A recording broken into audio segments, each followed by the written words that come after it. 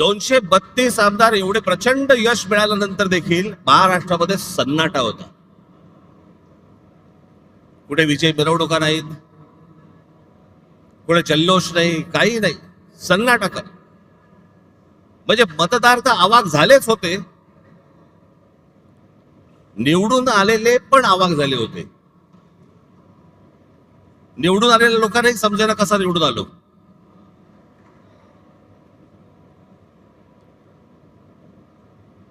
आणि मग सगळ्यांनाच कळलं की कशा प्रकारच्या निवडणुका चालल्यात या देशामध्ये, कशा प्रकारचे विजय प्राप्त होत आहेत, कशा प्रकारचं यश मिळतंय. अनेक लोक म्हणतात की राज ठाकरेंच्या सभेला गर्दी होते पण ते मतामध्ये येत नाही. हे असं केलं तर कसं येईल ते मतामध्ये. आणि तेच चालू आहे. राज्यांमधले जे स्थानिक पक्ष आहेत त्यांना संपवणे, त्यांना मिटवून टाकणे आणि अशा मतदार याद्या तयार करायच्या, सगळी माणसं घुसवायची. मला तर आता कळलंय, अगदी खात्रीलायकरित्या समजलेली गोष्ट तुम्हाला सांगतो की आत्ताच्या या होणाऱ्या निवडणुकांना त्यांनी 1 जुलैला यादी बंद करून टाकली.